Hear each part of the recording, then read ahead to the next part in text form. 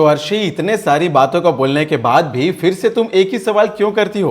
तुम्हें पता है कि झनक और अनिरुद्ध के बीच में क्या रिश्ता है। झनक को जब भी अनिरुद्ध देख रहा है तो अनिरुद्ध की हालत स्टेबल हो रही है। ये बात डॉक्टर्स बता रहे हैं, ये बात बाकी सारे लोग जानते हैं, और ये बात को तुम भी जानती हो कि हाँ, झनक को देखने के बाद ही अनिरुद्ध स्टेबल हो रहा है। और जब अनिरुद्ध खुद होश में आकर तुम्हें यह बात बता रहा है कि वो झनक के साथ ही रहना चाहता है, तुम्हें आज़ाद कर रहा है, तुम जाओ तो जाओ, इतनी सारी बातें बताने के बाद भी अर्शी मुखर्जी तुम वापस एक ही सवाल बार बार रट्टू तोते की तरह क्यों पूछे जा रही हो? तुम्हें तो पता है कि तुम्हारा अब अनिरुद्ध के साथ कोई इक्वेशन नहीं बैठ सकता है। भाई, यहाँ पे अनिरुद्ध अस्पताल में है तो तुम दुबई में अपने कॉन्सर्ट जाने की बातें कर रही हो। ये कैसी पत्नी हो तुम? पत्नी बोल रही हो तो पत्नी का धर्म तो निभा लो। पति अस्पताल में ऑपरेशन में जूझ रहा है, जिंदगी और मौत के बीच में लड़ाई लड़ रहा है, और भाई यहाँ पे पत्नी को अलग ही अपने शौक पूरे करने दुबई जाना है। तो ऐसे में ये जो अर्शी तुम अपना हक जता रही हो ना, ये हक जताने से पहले हक निभाना सीख लो। और मुझे इतना तुमसे कोई उम्मीद नहीं है, और मैं तुमसे उम्मीद रखना भी नहीं चाहता, और यही उम्मीद अनिरुद्ध भी तुमसे रखना नहीं चाहता।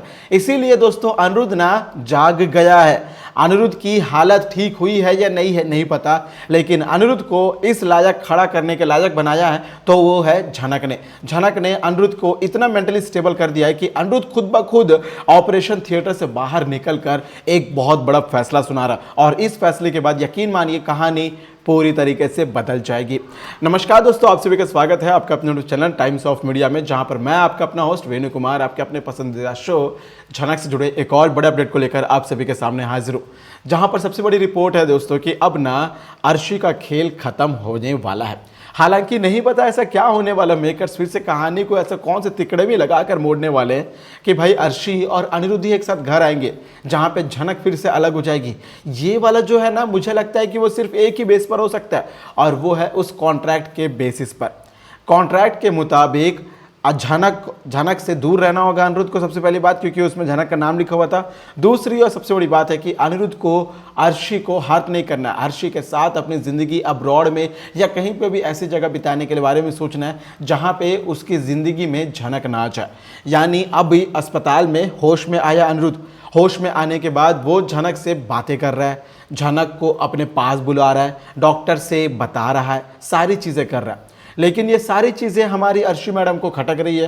अर्शी ने पहले झनक को जान से मारने की कोशिश की, धक्का मारा, उसके बाद अर्शी और ये जो सृष्टि दोनों माँ बेटी मिलकर झनक को अस्पताल के उस कमरे में जाने नहीं दे रहे जहाँ पे अनिरुद्ध मौजूद है, क्योंकि भाई झनक अंदर जाएगी तो झनक और अनिरुद्ध एक दूसरे से मिलेंगे। अरे तुम्हें समझ में नहीं आती क्या यार बात? यार सीधी और साफ बात है कि भाई अनिरुद्ध झनक को देखकर स्टेबल हो रहा है।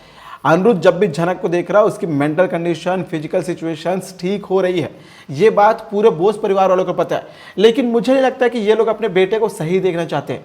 भाई मुझे लगता है कि ये लोग अपने बेटे को जान से मारना चाहते हैं, और यही नहीं बल्कि इनको ये भी बात पता है कि झनक ही है जिसके फूल लाने की वजह से, माथे पर टिकाने की वजह से ये सब कुछ चमत्कार हुआ है। तो इसके बाद भी ये सारे लोग इस तरीके से क्यों रिएक्ट कर रहे हैं, ये बात मुझे समझ में नहीं आ रही है। और रही एक और बहुत बड़ी बात ये है कि भाई अब झनक और अनिरुद्ध दोनों को ये बात बखूबी पता है कि इन दोनों को अपने लिए स्टैंड लेना होगा, क्योंकि यदि ये दोनों अपने लिए स्टैंड नहीं लेते हैं तो ये जो अर्शी है ना, एक के बाद एक नए बखेड़े करेगी। भाई ये ना झनक को सही में जान से मरवा देगी। अभी तक तो इसने अस्पताल में लात मारा है, धक्के मारा है ना, यकीन मानिए ये कुछ दिन में आएगी और किसी शूटर वूटर को हायर करेगी और सीधे गोली मरवा देगी।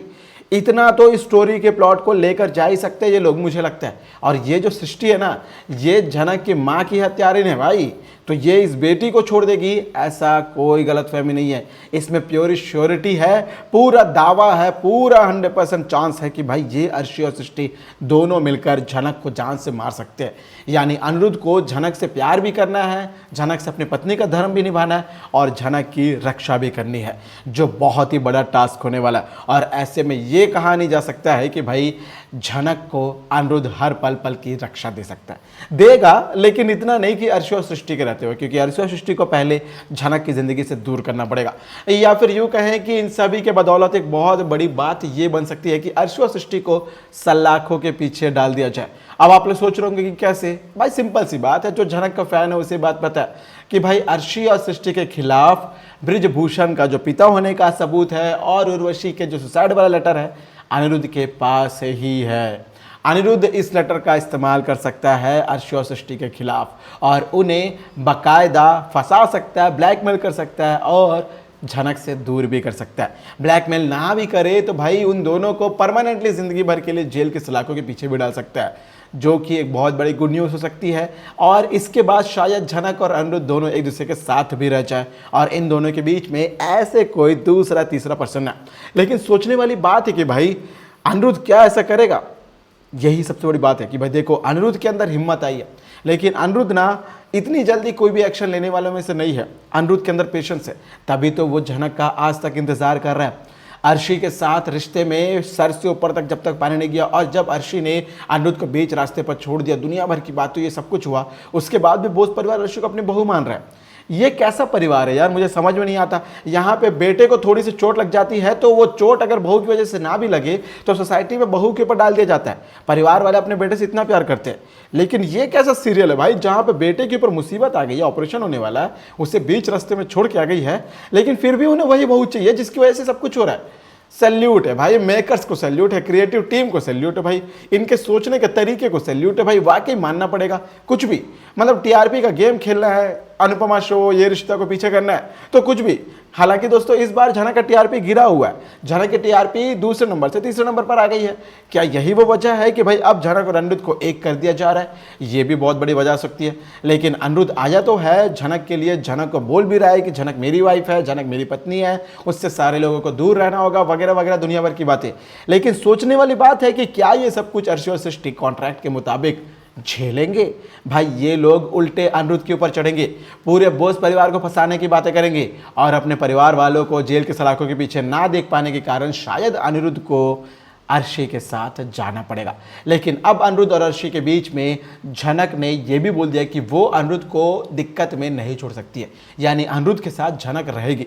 यानी मुझे लगता है कि कॉन्ट्रैक्ट का मैटर कहीं और डालें तो फिलहाल जो मैटर होने वाला है, जो असली लफड़ा होने वाला है, जो असली झगड़ा होने वाला है, वो होने वाला है अर्शी और झनक के बीच। यानी ये दोनों आपस में लड़कर ही अब अनिरुद्ध को पा सकते हैं। अनिरुद्ध तो अपना फैसला सुनाएगा, लेकिन सृष्टि को, अर्शी को सबक सिखाना जरूरी होगा, जो कि केवल झनक ही कर सकती है।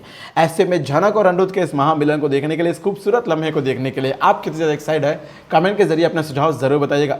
मैं आपका अपना होस्ट वेणु कुमार, आपके अपने पसंद शो झनक से जुड़े एक और बड़े अपडेट के साथ आप सभी के सामने जल्दी होऊंगा हाजिर।